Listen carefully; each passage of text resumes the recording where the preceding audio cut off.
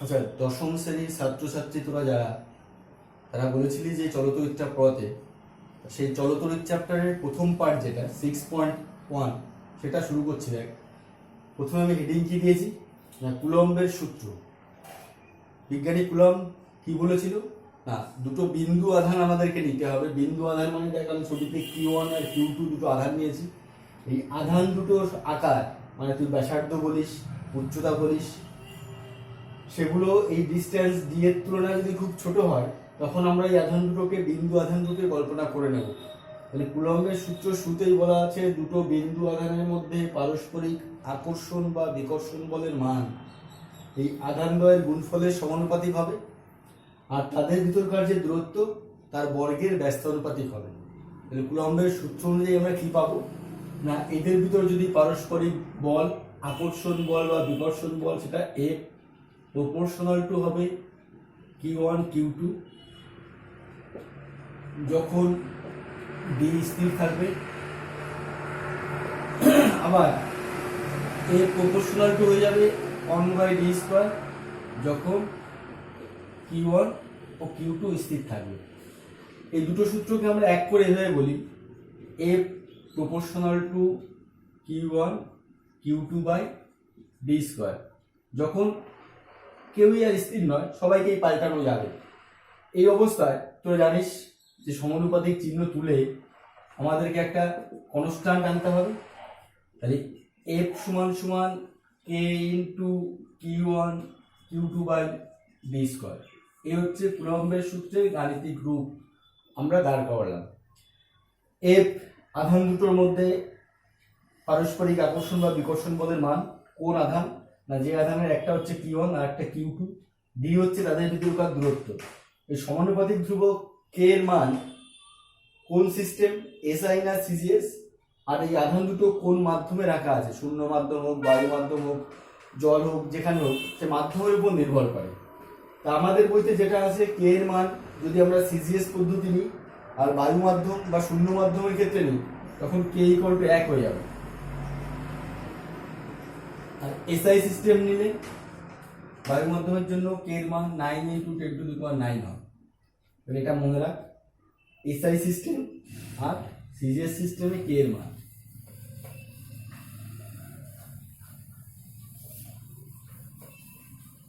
দেখ, এরপর আমাদের আছে একক আধানের সংজ্ঞা। একক আধান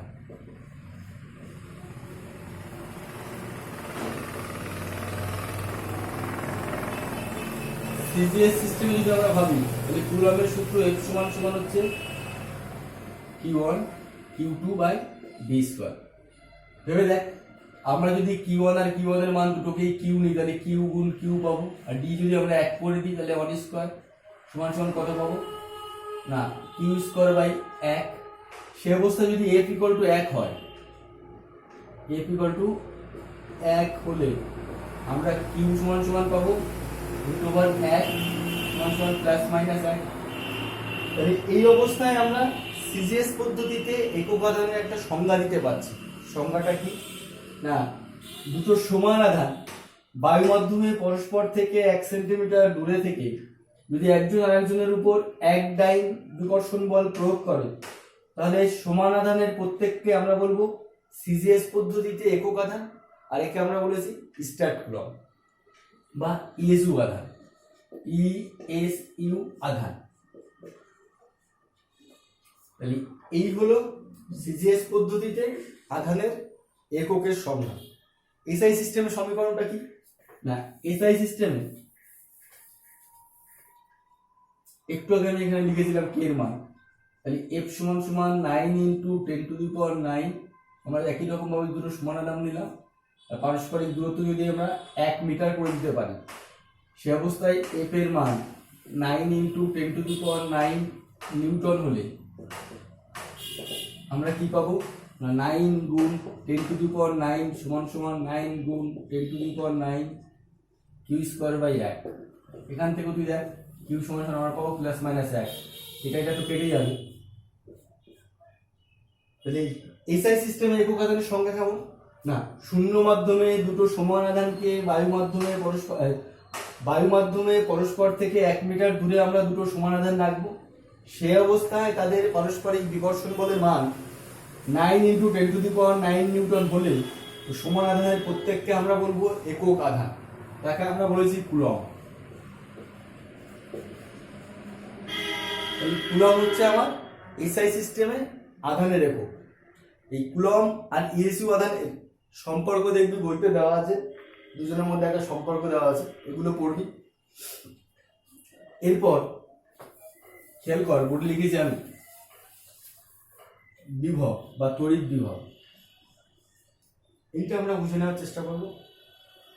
তোরা নিচু ক্লাসে জানিস যে কোনো আধান বা চার্জ, আমি এখানে একটা আধান রাখলাম কি, এই আধানের চারপাশে একটা অঞ্চল জুড়ে এই আধানের আকর্ষণ বা বিকর্ষণ করার ক্ষমতা তৈরি হয়ে যায়।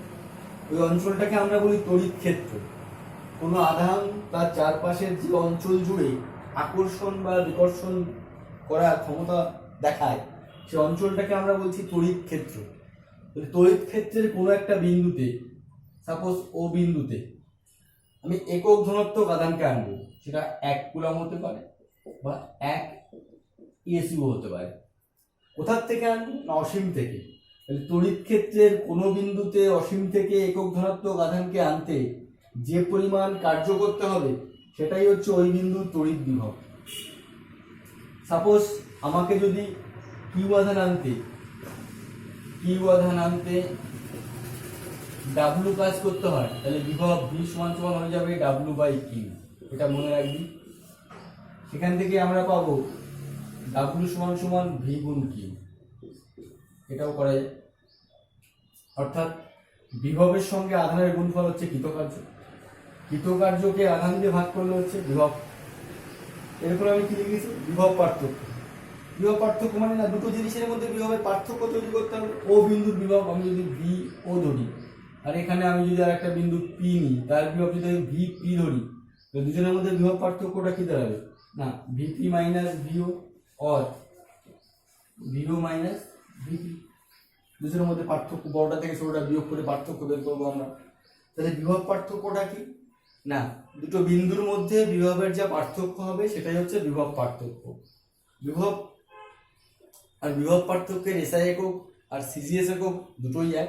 এই বিভবের এসআই একক আর বিভব পার্থক্যের এসআই একক এক, বিভবের সিজিএস একক আর বিভব পার্থক্যের সিজিএস একক এক, এদের একক সব এক। এসআই সিস্টেমের বিভবের একক ভোল্ট আর সিজিএস সিস্টেমে স্ট্যাট ভোল্ট বা ইএসইউ ভোল্ট। এদেরও একটা সম্পর্ক বইতে দেওয়া আছে 1 ভোল্ট সমান সমান 1/300 ইএসইউ ভোল্ট বা স্ট্যাট ভোল্ট। এবার দেখ, আমি লিখেছি তড়িৎচালক বল। এতক্ষণ পর্যন্ত আমরা স্থির আধান নিয়ে ভাবনা চিন্তা করেছি, এখন আমরা চাইছি আধানকে গতিশীল করতে। বাস্তবিক আমরা কি দেখি? কোনো বস্তুকে গতিশীল করার জন্য আমাদের বলের প্রয়োজন হয়। বিজ্ঞানীরা ওই ধারণা থেকেই একটা নতুন ধারণা বা নতুন কিছু বলার চেষ্টা করলো যে তড়িৎচালক বল এটা এমন একটা কিছু যে আধানকে গতিশীল করে দেবে। অর্থাৎ আধানকে চালানোর জন্য যা প্রয়োজন সেটাই হচ্ছে তড়িৎচালক বল। এটার সঙ্গে কিন্তু বলের কোনো মিল নেই। বল মানে আমরা যা বুঝি, তড়িৎচালক বল মানে সেরকম কিছু নয়। এটা হচ্ছে আধানকে গতিশীল করার কারণ। এখন তড়িৎচালক বলটা কি? তড়িৎচালক বল হচ্ছে যার জন্য আধান গতিশীল হবে, এই কারণটাকে আমরা বলছি তড়িৎচালক বল। আর একটা সংজ্ঞা আছে বইতে দেখবি, কোনো তড়িৎ কোষ বা ব্যাটারিকে যদি আমরা মুক্ত অবস্থায় রাখি, কোনো কিছুর সঙ্গে জুড়বো না, তাহলে তার প্লাস আর মাইনাস প্রান্তের মধ্যে বিভবের যে পার্থক্য হবে সেটাকে আমরা বলছি তড়িৎচালক বল। ব্যাটারিতে কি হয় না, রাসায়নিক শক্তি তড়িৎ শক্তিতে রূপান্তরিত হয়, সেটাই হচ্ছে তড়িৎচালক বলের উৎস বা সোর্স। তড়িৎচালক বলের একক, তড়িৎ বিভবের একক সমান, দুটোই ভোল্ট। বিভব প্রভেদ মাপা হয় ভোল্টমিটার দিয়ে, তড়িৎচালক বল মাপা হয় পোটেনশিওমিটার দিয়ে। এই জায়গাগুলো তোরা বই থেকে একটু ভালো করে পড়বি। এরপর আমাদের কি আছে না, এরপর আমাদের আছে তড়িৎ প্রবাহ মাত্রা।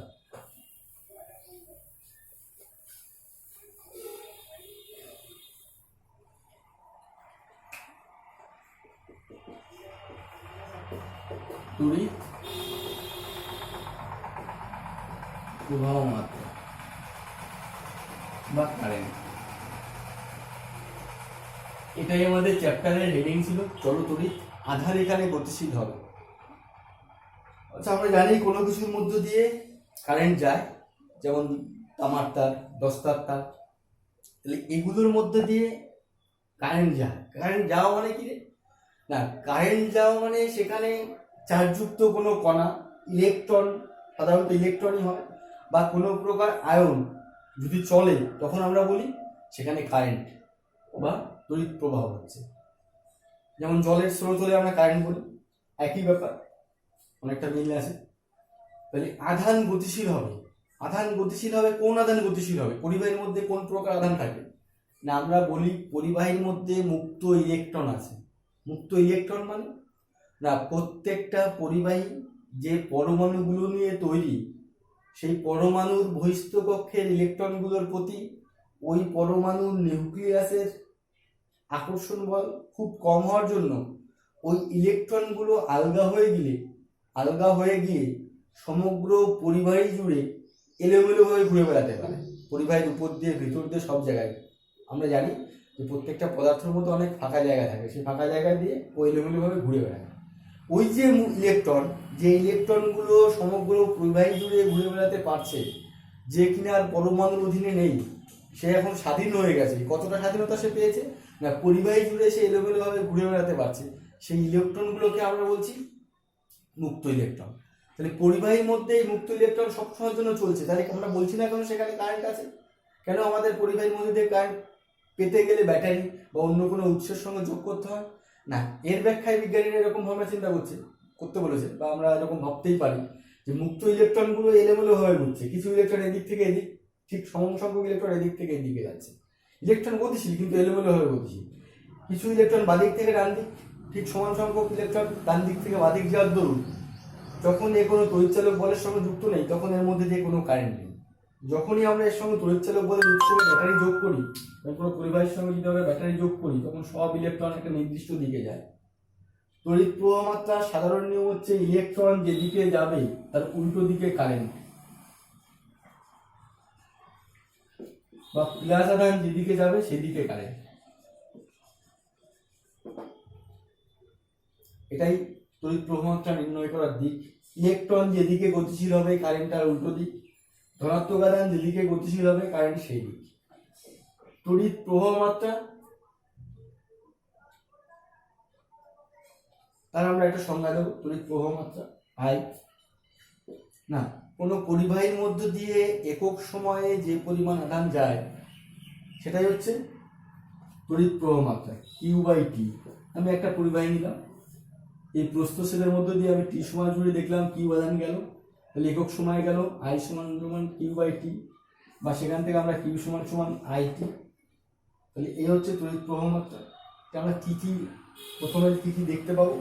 না, কুলম্বের সূত্র, সেখান থেকে একক আধানের সংজ্ঞা, সিজিএস পদ্ধতিতে আর এসআই পদ্ধতিতে একক আধানের সম্পর্ক, তড়িৎ বিভবের পরে আমরা বিভব পার্থক্য, সেখান থেকে তড়িৎচালক বল, বিভব পার্থক্য, তড়িৎচালক বলের মধ্যে একটা পার্থক্য বইতে আলোচনা করা আছে, ওটা ভালো করে দেখবি। তারপরে আমরা পেলাম কারেন্ট বা তড়িৎ প্রবাহ মাত্রা, তার সম্পর্ক তৈরি করলাম। এই ছিল আমাদের 6.1 টপিকটা। তোরা ভিডিওটা ভালো করে দেখবি, বইটা পড়বি, আর সন্ধ্যার সময় আমি তোদের সঙ্গে অনলাইনে থাকবো।